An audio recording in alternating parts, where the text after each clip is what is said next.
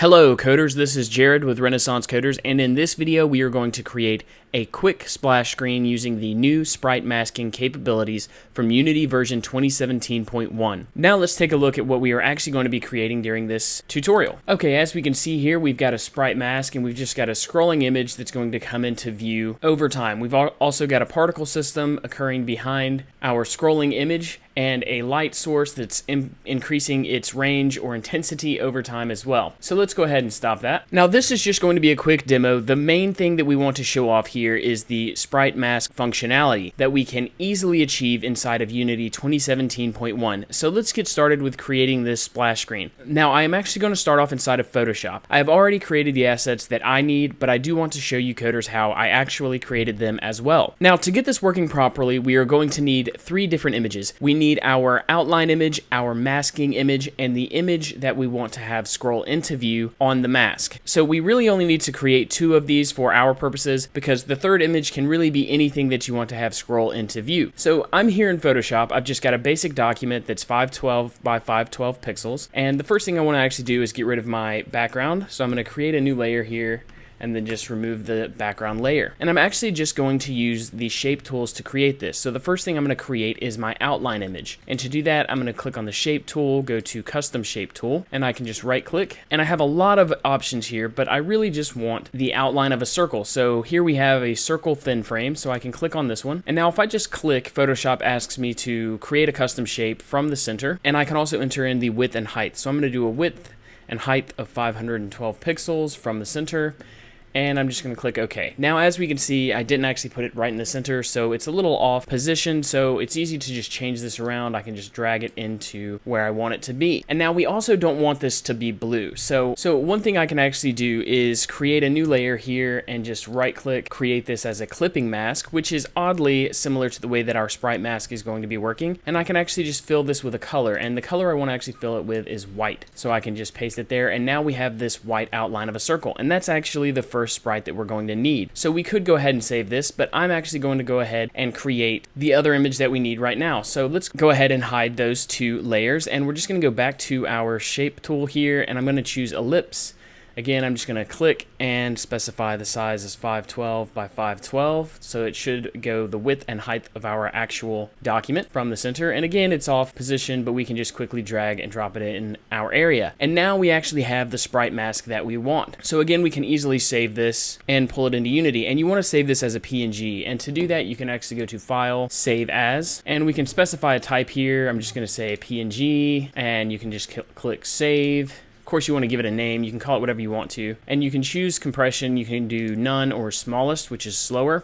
So I'm just going to do none and click OK. And that's how you actually want to save both of these images. But right now we should be okay. So I'm going to go back over to my Unity window. And I actually already have a sprites folder available here that contains the sprites that I'm going to be using. As you can see, I actually created my outline image with a color already, so I can't actually update that color. So what I'm actually going to do is go back into Photoshop, hide the circle, and bring up the outline, and I can just quickly save it as a PNG. And to do that, it's actually Command-Alt-Shift-Save, and this basically does a save for web, but this will work for Unity as well. So I can just save it, and I'm just going to call this my circle sprite mask. And now what I actually want to do is go ahead and drag that in. So I'm going to go over to my Finder here, just find it, and drag it into here. Now when I drag it in and click on it, in the inspector, you can actually see that it's an entirely white image, and that's because in our import settings, alpha is transparency is not checked, and we definitely have to have that checked. So go ahead and check it, click apply, and now we can see that our outline image is showing up. So now what we actually want to do is go ahead and create a new scene. You probably don't have to do that, but I do because I already have this scene filled out. So to do that, I'm just going to File, New Scene, and now we have a new scene available to us. I'm also working in 3D right now, so I actually need to toggle to 2D here. Just going to click on my camera, focus up on it, get a little closer, and I actually want to make a few other changes to our scene. Basically, I want to get rid of the skybox, so I'm going to go to my Lighting tab,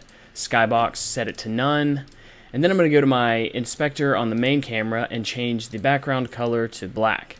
Now if I go into my game view, we can see that we've just got a nice black background. Okay, now what we actually want to do is go ahead and drag in the outline that we're going to be using, and I actually named this sprite mask. It should just be sprite because that's not our mask, so we're going to just drag this in. Oops. Another thing we actually have to change for this image is if you look at the texture type right now, it says default.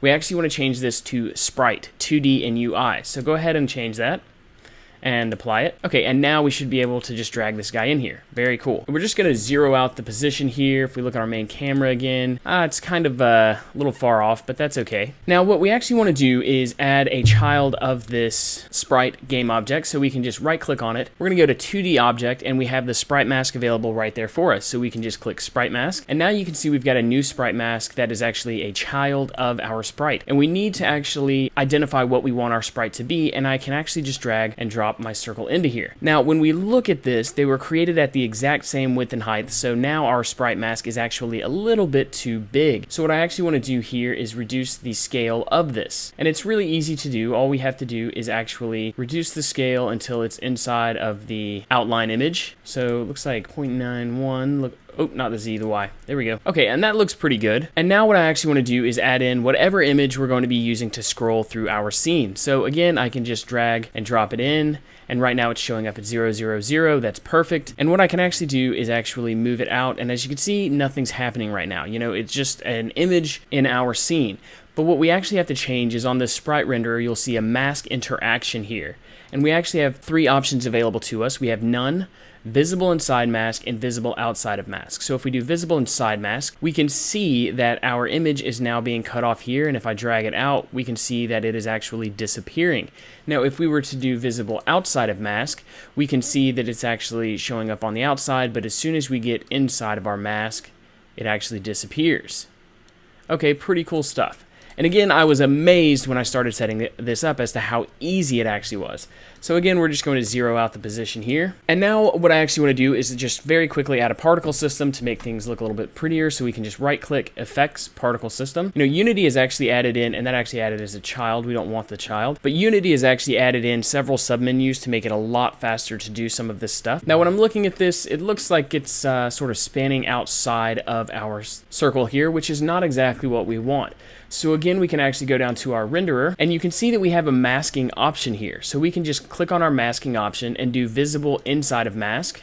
And now the particles are not showing up outside of our mask. We could also do a visible outside of mask, and now they're just sort of being spawned behind our mask. But I like the way inside of mask looks a little bit better. And I'm actually going to go into 3D now because I want to see which way this particle system is actually being rendered. Let's look at the shape really quickly. So we're using the cone shape. And see, this is where it gets a little bit tricky working on this stuff, because honestly, it can be really weird when you're like over here and you're like, why aren't there any particles? Well, you have to look at it through the actual sprite in order to see them. I'm actually going to change the color up a little bit. Just go with like a darker blue. We like using blue in Renaissance Coder stuff. Let's just go with a lighter blue. Let's see how that looks in our game mode. So that looks pretty cool, but again, we can do a little bit more with this. And one thing we can actually do is if we look in our modules available to us, there's actually a noise module available, and we can just very quickly select that. And now as we can see, we're getting a lot more randomization with the particles. And there's a lot of stuff you can actually do with this. You can change the scroll speed, so you're getting a little more random that way. You can increase the frequency. We have dampening available to us, and we have octaves available.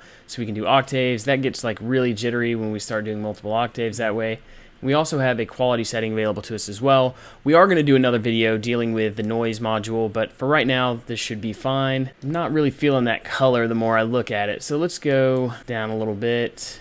And let's reduce the scroll speed, up our frequency. Actually, let's go down in the frequency. We don't want it occurring like a whole bunch. Okay, that's kind of cool. Now, I do actually want to increase my start speed, though. Okay, that's looking a little bit better. Now, the next thing we can actually do is update our splash screen so that this guy just randomly slides in. So right now, I'm actually going to go ahead, click on this sprite here. Actually, I'm going to make it a child of my circle sprite, and I'm going to go ahead and move it out. And I actually created a script to handle this. Right now, I've got a light intensity ping pong and a translate our RC image. And if we look over here, all it's doing is if our transform.position.x is less than -0.5f, then we just translate our image based on the vector3.right, which is a direction, multiplied by our speed and time.delta time. So it's a really short, quick script that you coders can create. And I'm actually going to click on my RC sprite and just do the translate RC image here. Now, if I press play, we'll see the particles going, and we should see that guy start to scroll in very slowly. And it should stop somewhere right about the center.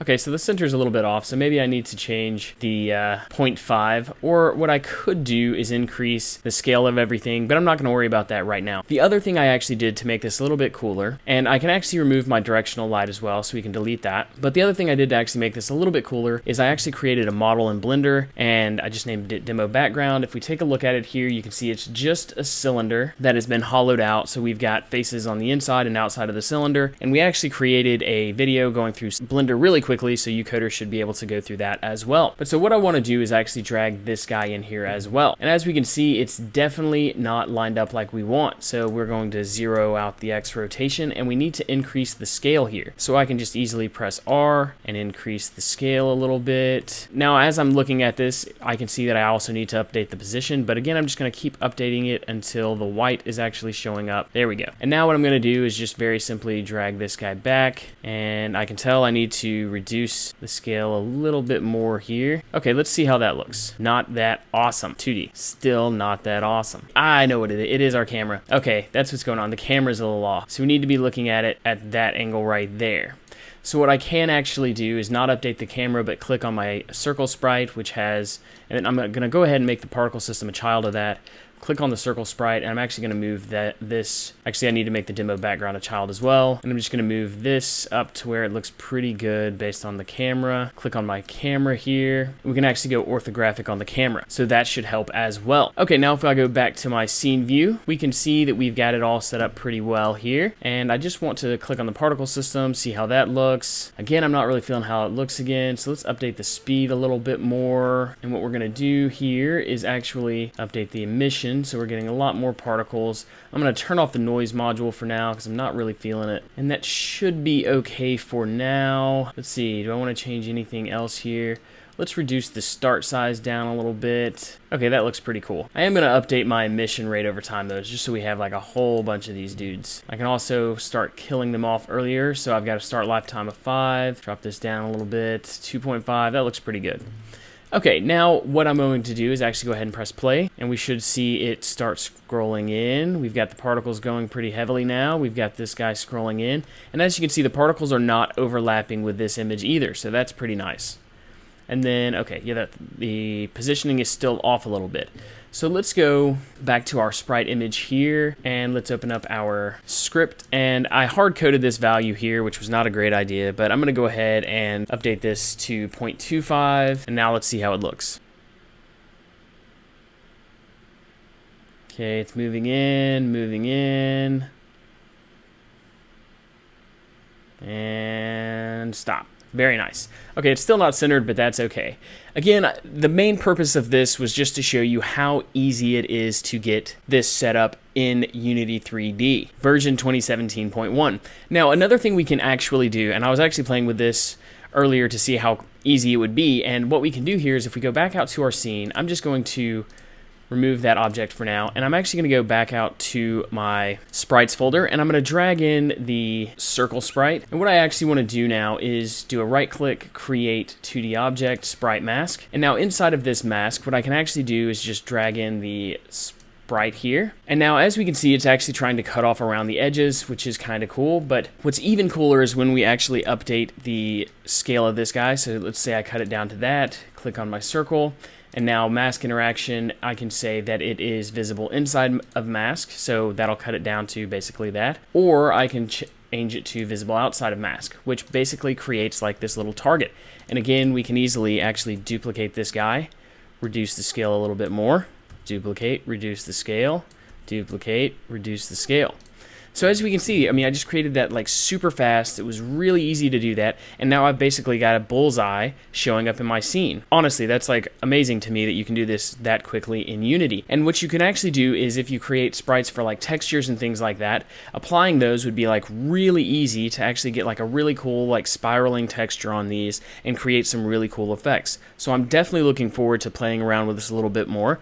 Let us know in the comments below if you want to see more tutorials covering this new functionality in Unity 3D, because we are honestly really excited about these new updates. Okay, coders, that is going to do it for this video. This week is basically going to be our 2017.1 new features week, and we hope to continue releasing new feature videos into the future. Definitely let us know if you're interested in some aspects of Unity 2017.1 that you want to see us cover, and we will absolutely try to get those covered as quickly as possible. And I look forward to seeing all of you coders in those videos as well. Okay, coders, I hope that you enjoyed that video. We are constantly adding new videos here on YouTube. Don't forget to like, share, and subscribe. It allows us to continue making great content for you coders. And if you are feeling extremely generous, please check out our Patreon account. Here are a few of our other tutorials just in case you want to keep on learning. If you become a patron of Renaissance Coders, you can get access to our source code and our project files as well. Okay coders, that's going to do it for this video. As always, thanks for watching.